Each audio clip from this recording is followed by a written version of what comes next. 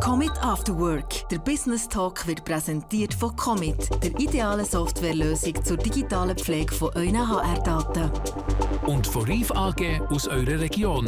Wir machen Qualität sichtbar.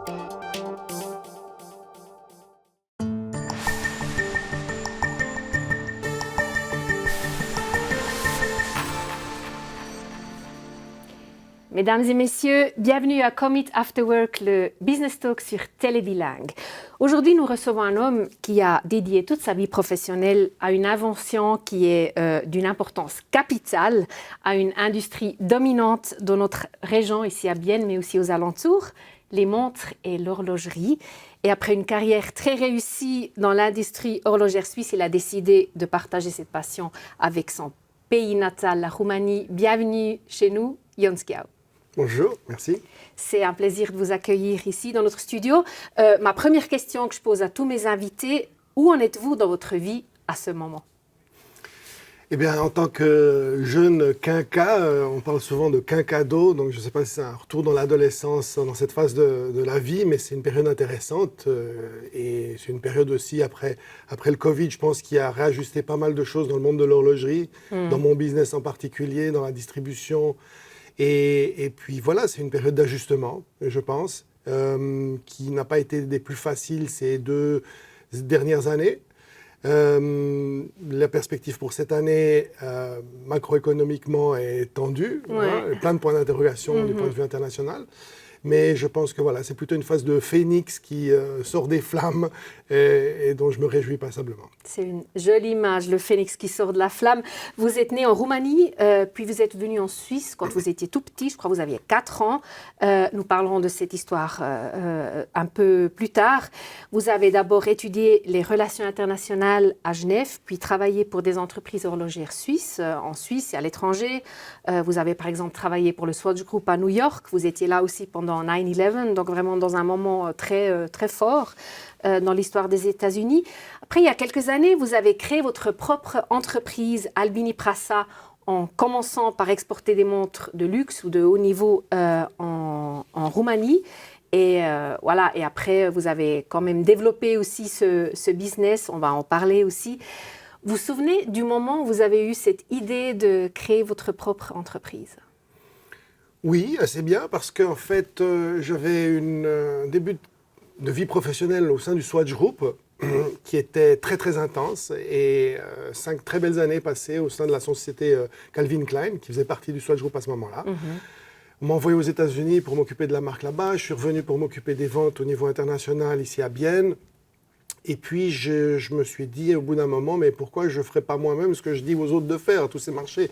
Mettez les montres comme ça, achetez ci, achetez ça, faites la pub comme ça. Puis je me dis, voilà, il y a un train à prendre, il y a un pays qui est en pleine croissance, il va joindre l'Union européenne quelques années plus tard. Si je dois prendre ce train, autant le prendre maintenant.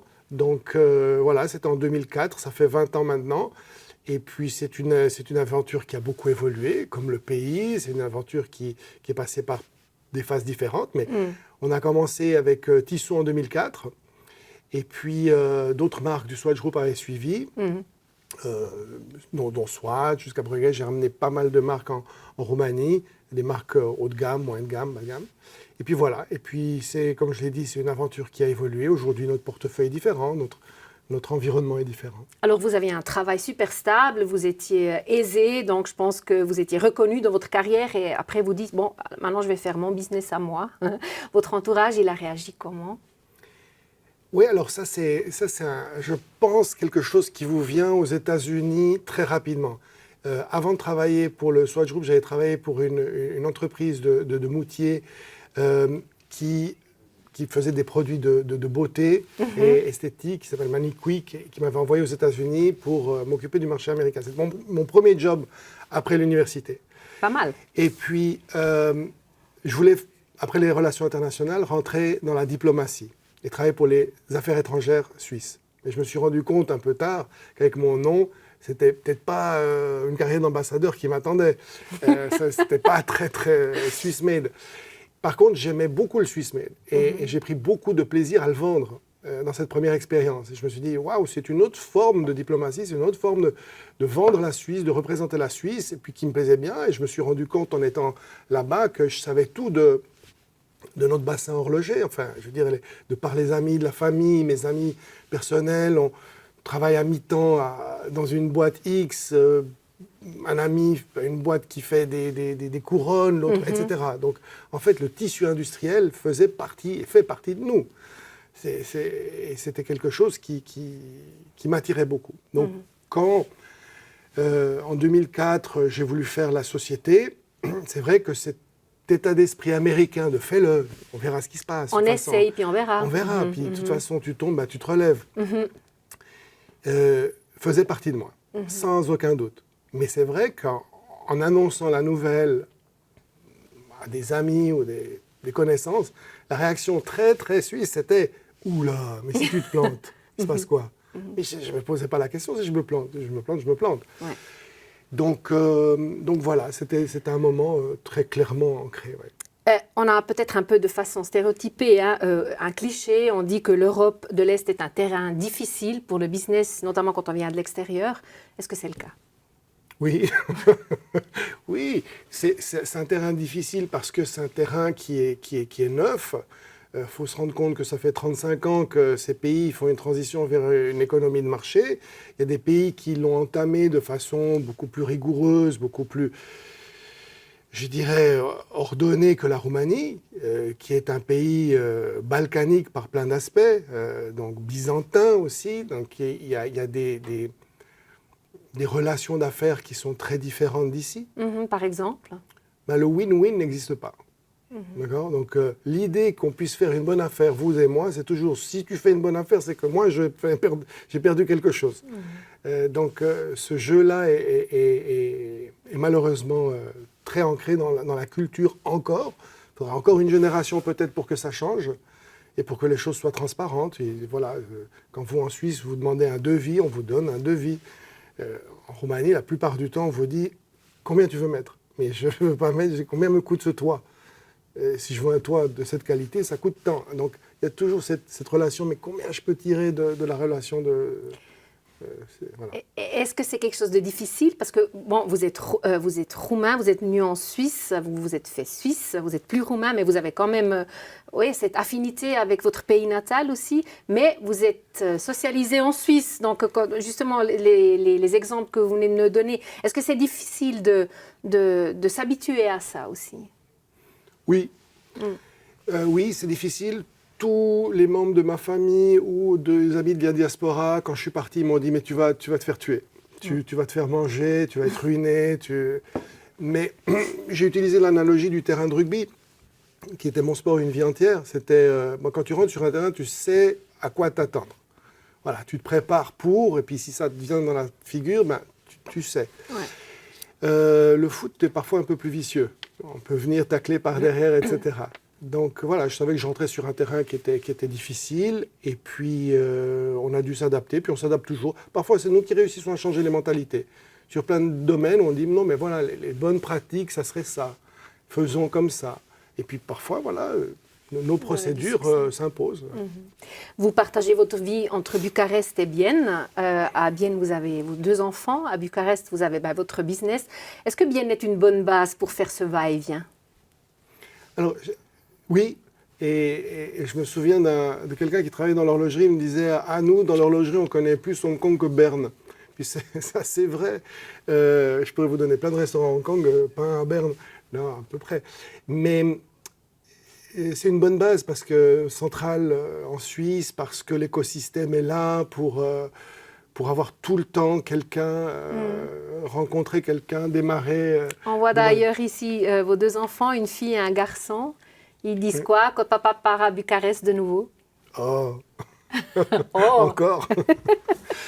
Non, mais oui, je crois que chaque moment où on se retrouve a beaucoup de valeur, et puis j'essaie d'en faire le maximum, mais c'est vrai que c'est usant comme c'est usant pour n'importe qui travaille dans cette industrie, dans la vente ou dans le marketing, qui pendant des années doit voyager beaucoup. J'ai travaillé aussi, même si j'ai fait cette société il y a 20 ans, j'ai travaillé à un moment donné pour Hublot à plein temps. pour développer leur réseau de boutiques dans le monde à un moment où ils n'en avaient pas, entre 2010 et 2012. Vous êtes 60-70% du temps dans l'avion, autour du monde, etc. Donc, mes pensées vont à tous ceux qui travaillent dans la vente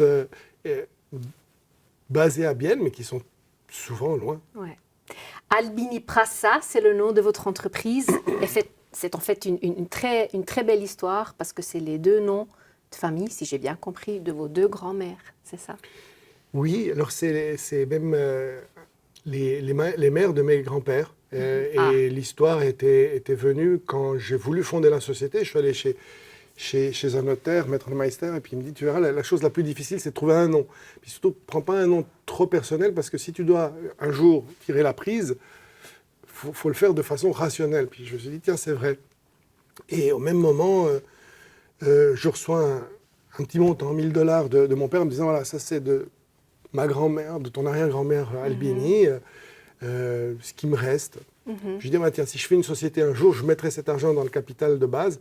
Puis j'ai pensé à elle, qui était d'une famille en Transylvanie, des gens qui ont beaucoup lutté pour l'autodétermination des Roumains de Transylvanie, quand c'était encore sous l'Empire austro-hongrois, et qui avaient une vie très intéressante.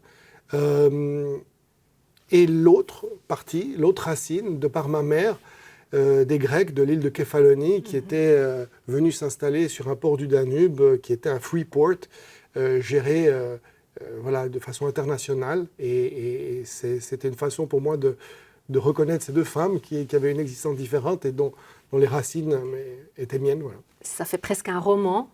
Et aussi, votre histoire, ou peut-être aussi l'histoire de votre papa, fait presque un roman. Je l'ai dit au début de l'émission, vous êtes né à Bucarest et vous êtes venu en Suisse tout petit, à l'âge de 4 ans. On vous voit ici à l'arrivée d'ailleurs à Zurich-Kloten, je crois, c'est avec votre maman et votre père qui vous attendaient. Votre père, Razvan Skiau, était déjà en Suisse depuis plusieurs années. Beaucoup de Biennois, peut-être surtout les supporters du HC Bienne le connaissent son histoire, mais pour les autres, pourriez-vous brièvement nous raconter l'histoire de votre papa? Oui, mon père était joueur de hockey dans l'équipe nationale de Roumanie. Il a fait les JO à Grenoble en 68 avec la Roumanie, il a fait des championnats du monde et petit à petit, il a découvert aussi ce qui se passait à l'étranger. Il avait cette chance de voyager. Ma mère ne pouvait pas voyager et sentait que l'avenir qu'elle voulait pour moi était dans un pays libre, et son avenir aussi. Et donc, elle a poussé mon père, en fait, à prendre cette décision. Je sais que la Suisse avait joué à Bucarest fin 72, et là, il a approché un tout petit peu les choses. Et janvier 73, ça fait maintenant 52 ans. Il a fui après un match contre la Suisse à Lucerne. Il avait joué à Bienne, je crois que c'était un des premiers matchs au stade de glace contre la Suisse. Ensuite, ils avaient Lucerne.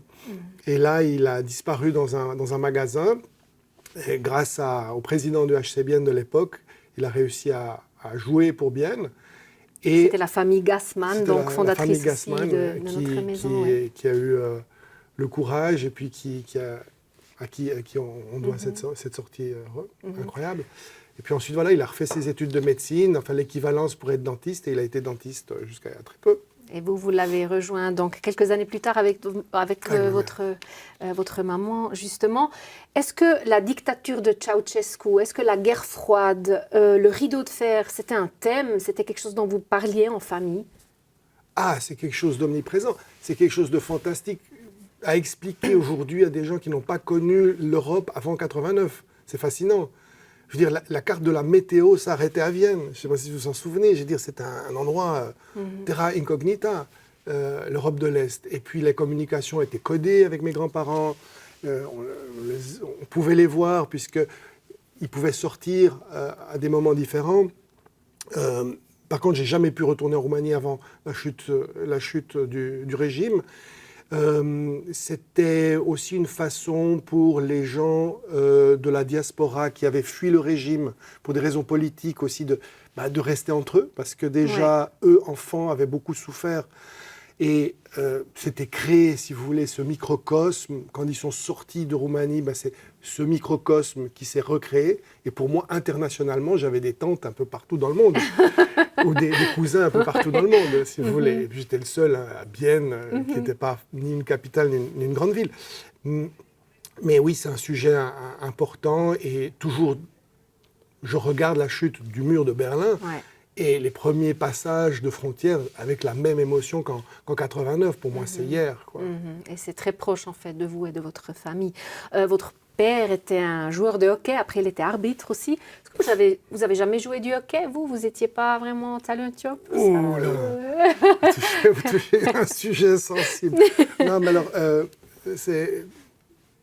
j'ai commencé le hockey comme mes parents n'avaient pas beaucoup de moyens, et je me rappelle très très bien ce moment, avec on vous voit d'ailleurs ici à la patinoire, pardon, oui. de vous interrompre avec votre père, justement. Avec un gilet traditionnel roumain, un casque de skate blanc et des patins de filles. C'était mon premier entraînement à Chebienne. Alors, les petits joueurs suisses-allemands m'ont mangé tout cru. Et j'ai fait, à l'âge de 7-8 ans, de saison. Mais ça n'a pas été mon sport. C'est le sport, la passion et la vie de mon fils. Mais voilà, je n'ai pas du tout poussé du tout dans ce sens. Vous avez choisi le rugby. Moi, c'est le rugby qui m'est tombé dessus et pour lequel voilà, j'ai une véritable passion. J'ai joué même encore à un âge assez avancé. Très dynamique sur oui, cette photo. Un âge assez avancé encore. Et puis voilà, j'aide le rugby en Roumanie sous diverses formes. Je suis encore dans le comité, mais gentiment, je me retire aussi de cette villa à Neuchâtel où j'ai joué passablement d'années. Qu'est-ce que ça vous apporte ou qu'est-ce que ça vous a apporté de jouer le rugby? Oh, le rugby, c'est vraiment un sport, un état d'esprit, une communauté. C'est un sport de combat collectif. Il y a plein de choses qui peuvent être dites sur le rugby. On pourra faire une émission entière. C'est très sincère, en fait, comme sport, parce que c'est très direct. Il n'y a pas de... C'est vraiment pou. Oui, puis je pense qu'il y a une vraie famille du rugby, même après le match, en troisième mi-temps. Je pense que c'est un sport qui intègre beaucoup plus que d'autres sports. Les tailles, les formes, les poids, les origines, plus que d'autres sports de ce que je vois ou que j'ai beaucoup côtoyé. Donc voilà, c'est un très beau sport. C'est un sport qui évolue bien en Suisse.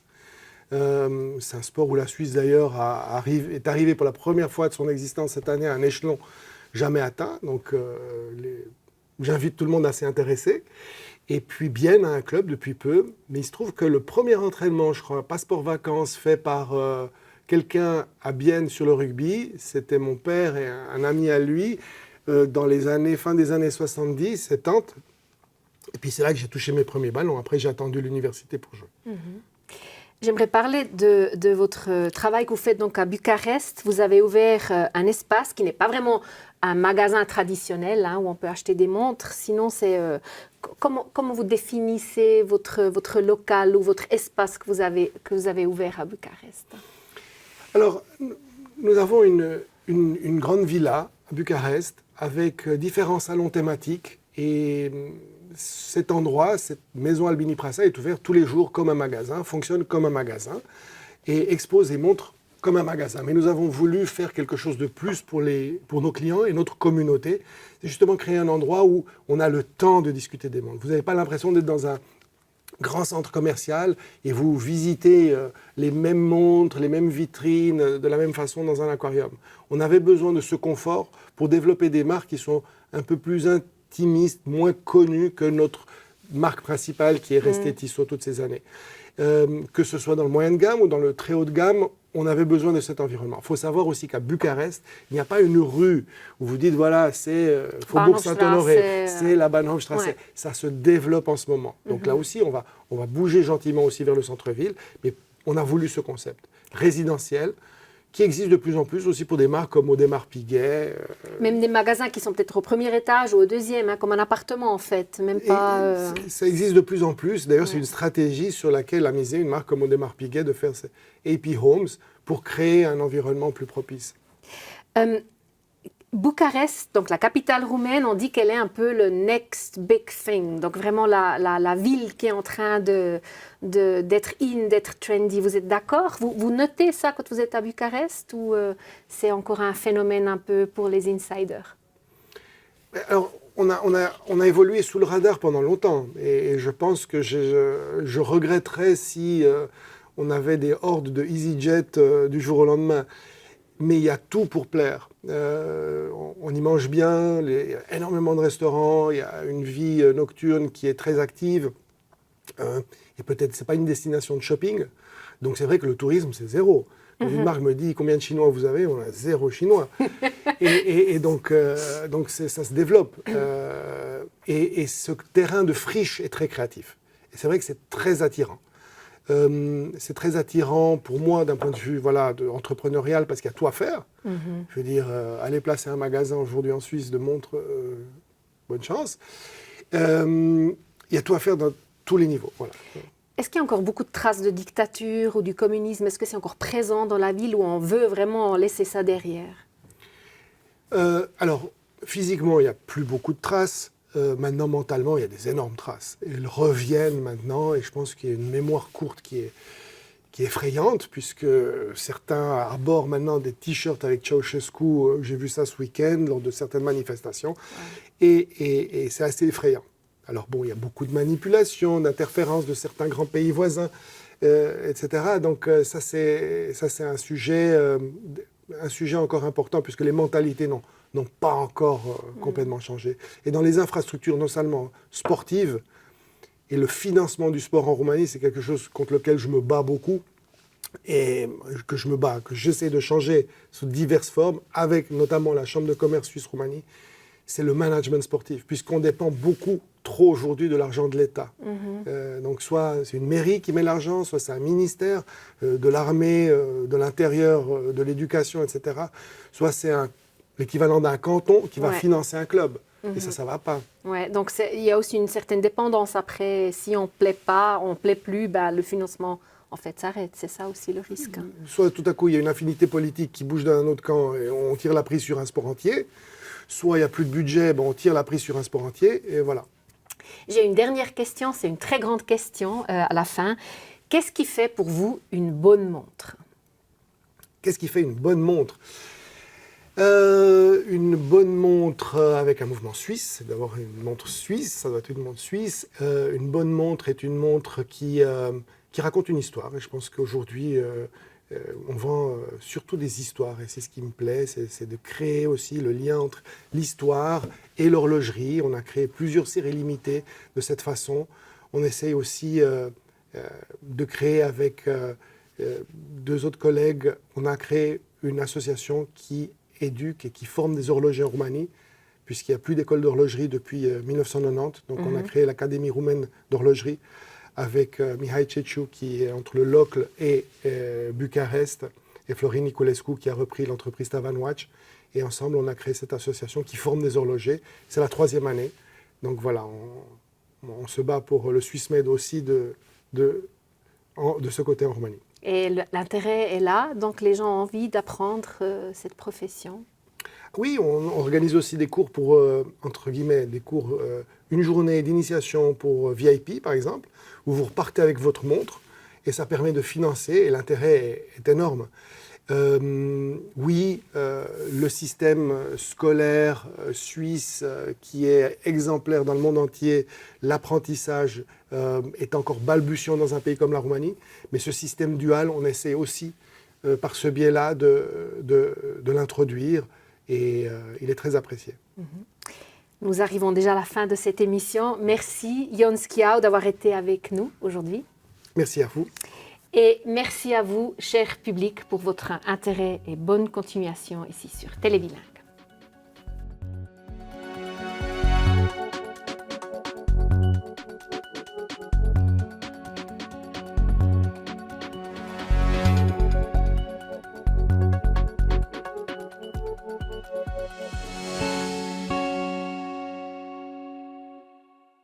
Commit After Work. Der Business Talk ist euch präsentiert worden von Commit. HR einfacher, digitaler, schneller und das zu einem unschlagbaren Preis. Und von Reif AG aus eurer Region. Wir machen Qualität sichtbar.